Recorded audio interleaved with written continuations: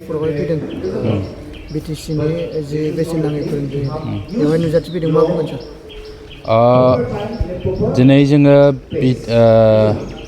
बिटिसिआव गोदानै हाबनाय गफुर हालामाव मोननै स्कुलाव प्रि सामार कचिं केम्प जादों। मेट्रिक परिखा जायफ्रा होगोन क्लास 10आव फरायगासिनो दं, हायार सेकेन्डारि आरो क्लास 12 बिसोरखौ कचिं होनाय जानाखि सेन्टार दं, बेखौ जोङो मोनसे टीम सेन्ट्रेल इउथ बिपिएफ आरो बिएसइउनि जयै फैनानै नायगिदिंफैदों जे मारै सोलिदों मादों। दा जोङो स्टुडेन्टफोरजों माखासे इन्टारेक्सन बा बिसोरनि सिगाङाव माखासे इनकारेजिं लाखिनानै स्पिच लाखिनानै गोजोननाय मोन्दों आरो बिथांमोनाबो गोसो होनानै खोनासंदों। गफुरल' नङा, जोंनि गोदानै हाबनाय जानाखि बिटिसि एरिया दं, बिश्वनाथ डिस्ट्रिक्टनि आन्डार आरो दिखियाजुलि बावबो खालामनाय जादों। आरो बे कचिं केम्पखौ सारा बिटिसिनि 40टा एनसिएलए समस्तियाव खालामनाय जादों। दा गफुराबो दोनस्रियाव हाबबाय, बा दिखियाजुलि बबेबा बिश्वनाथाबो रौता बा हरिसिङाव हाबबाय हिसाबै बिथिंबो जोङो कचिं केम्पखौ खालामनाय जादों। आरो बे कचिं केम्पखौ खालामनायाव जोंनि हाग्रामा महिलारि सार, बिपिएफ दोलोनि मानगोनां आफादगिरि आरो बिटिसिनि चिफ बिथाङा जथेस्थ' सहजग खालामदों थाखा फैसा हरनानै। खारन बिथाङा लुबैयो जे जोंनि बिटिसि ओनसोलाव जोंनि गथ' गथायफ्रा मोजाङै फरायनानै रिजाल्ट खालामनो हाथों, भबिष्यतआव सासे मोजां मानसि जानानै बिटिसिनि सुबुं सम्पद जानो हाथों, बे दिगखौ लुबैयो। दा बे लेखायैनो जोंखौ डाइरेक्सन होनाय लेखा, इन्सट्राक्सन होनाय लेखा सेन्ट्रेल बिएसइउ आरो इउथ बिपिएफआ बिटिसि ओनसोलनि जेराव जेराव कचिं जागासिनो दं, दा बेसेन नाङालासे स्टुडेन्टखौ फोरोंनाय, बेखौ जोङो नायगिदिंदों। आरो गफुर हालामाव जों मैया फैनानै दिनै भिजिट खालामदों, जोबोद मोजां मोनदों। जे हायोबाथ' बेनिफ्राय बांसिन खालामनो हायोबा मोजांबावमोन, खिन्थु टाइमाबो जिथु सर्ट जाबाय, माखासे बाजेटनि खोथा थाबाय।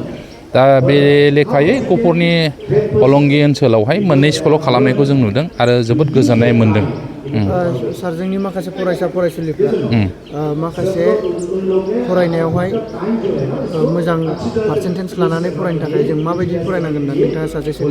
जोङो दा स्टुडेन्टफोरनि सिगाङाव माखासे खोथाफोर बुंदों, जाहाथे बिथांमोना इनकारेज जायो। केरियार काउन्सिलिं मटिभेशनेल टाइप जोङो एसे खोथाफोर बुंबाय दसे टाइम लानानै। दा बिथांमोना गोसो होनानै खोनासंदों। जों सानो स्टुडेन्ट लाइफआनो फरायनायनि बा सोलोंना लानायनि साबसिन टाइम। बे टाइमाव जिहेथु बिमा बिफा बयबो गावबागाव गथ'खौ मोजां जानो थाखाय न'खरनि अबस्थाया मोजां नङाब्लाबो सापर्ट खालामो।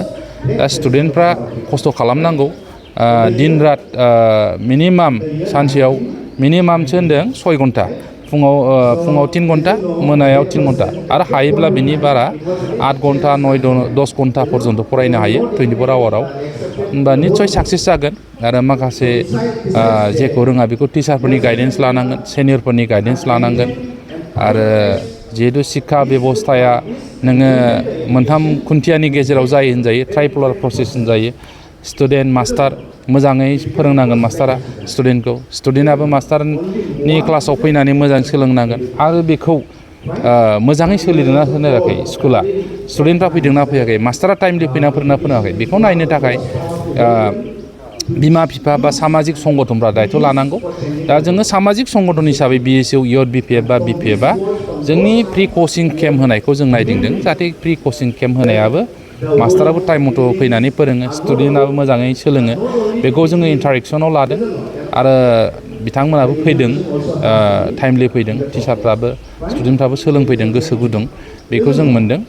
दा जों आसा खालामो बेजों जोंनि स्टुडेन्टफ्रा जायफ्रा मेट्रिक परिखा होनांगौ, हायार सेकेन्डारि परिखा होनांगौ, गोबां लाबा बा बेनिफिट जागोन आरो मेट्रिकआव मोजां रिजाल्ट खालामनो हागोन, जों बेखौ आसा खालामदों। आरो गोबां जोंनि माखासे फरायसाफ्रा जोंना जेराव बर्डार एरिया हिसाबै माखासे 13-14 बैसोनि फरायसा फरायसुलिफ्रा इलिगेल एक्टिभिटिसावहाय खामानि मावनायखौ जों नुबाय थानो मोनदों सार। इलिगेल एक्टिभिटिस माने माबायदि? सात्र समावहाय थारमाने बे मोनसे एडलेसेन्स पिरियडआव स्टर्म एन्ड स्ट्रेस होननानै बुंनाय जायो। इडुकेसन जायफ्रा फरायदों बेखौ मिथिगोन। बे समाव सानस' हाया, थारमाने बे मोनसे बैसोजों लोगोसे फरायसाफ्रा बहुद गाज्रि खामानि मावनो आगान होफ्लाङो। दा बेखौ दिथा होनाया, नोजोर होनाया सामाजिक संगठननि दायथ' बे ओनसोलाव थानाय बुद्धिजिबि बिमा बिफा गार्जेनफोरनि दायथ' मास्टारफ्राबो नोजोर होनांगौ दा जों सान्दों बे जुदि बिदि खामानि सोलिदोंब्ला बे ओनसोलाव थानाय इन्टेलेक्सुयेल सामाजिक संगठनफ्रा बयबो दायथ' लानांगौ बे जाय गथ'फ्रा गाज्रि लामाथिं आगान सुरदों निसा लानाय माबा लानाय बेफोरखौ बादा होनो थाखाय बयबो नोजोर हो बेखौ जों खावलायगोन जोंहा नैबेहाय दा BSU हिसाबै इउनिट कमिटि बा आन्सलिक कमिटि बा डिस्ट्रिक्ट कमिटि गैथ'आ फैबाय थानाय समाव जोङो जोंनि तरफनिफ्राय बाहायबो ब्लक कमिटि बा प्राइमारि कमिटिफोर दायोबा जोङो मोजाङै नोजोर होगोन खामानि होगोन जोंनि वार्कार्स मावथिफोरनि गेजेरजों